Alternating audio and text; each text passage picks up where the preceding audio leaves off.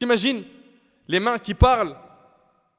J'ai fumé de la drogue, j'ai bu de l'alcool, j'ai touché de l'argent sale, j'ai touché une femme dans le haram, ou la femme qui a touché un homme dans le haram. Les mains témoignent et leurs jambes, même les pieds, ils vont témoigner de ce qu'ils avaient accompli. Ils parleront alors de ses œuvres, alors qu'il ne pourra plus parler. Sa bouche, elle est scellée. Imagine, j'ai volé, j'ai fait tel haram, je suis parti avec mes pieds dans tel endroit. Pourquoi? Pour désobéir, faire des péchés. Dans Surat Fussilat, Allah nous parle de ce passage.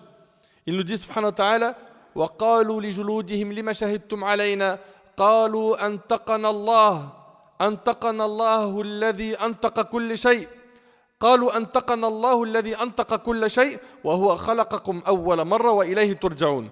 Ils diront à leur peau, pourquoi avez-vous témoigné contre nous?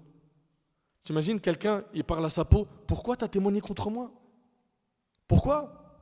Elles diront, c'est Allah qui nous a fait parler, lui qui fait parler toutes choses. C'est lui qui vous a créé une première fois et c'est vers lui que vous serez retournés. Ses organes témoignent contre lui de ce qu'il a fait dans ce bas monde. Dans le hadith qu'on a cité tout à l'heure, qui est rapporté par l'imam Muslim, on l'a arrêté au moment où le prophète a dit, on scellera alors sa bouche et il sera dit à ses membres, parlez. La suite du hadith, il fera alors des invocations contre lui-même. Et il va dire, soyez éloignés, soyez anéantis à jamais. C'est pour vous que je luttais, que je faisais tant d'efforts. Il va, imaginez-vous, faire des invocations contre lui-même. Pourquoi? Parce que ses membres vont témoigner contre lui. Allahu Akbar.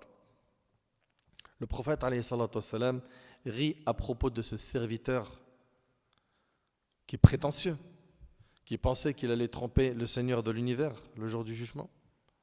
Et le hadith il est rapporté par Muslim. Puis une fois que ses organes auront témoigné contre lui, Allah dira aux anges, khudhuhu faghulluhu, thumma al-jahima salluhu. ثم في سلسلة ذرعها 70 ذراعا فاسلكوه إنه كان لا يؤمن بالله العظيم. Saisissez-le, mettez-lui un carcan, une chaîne autour de son cou.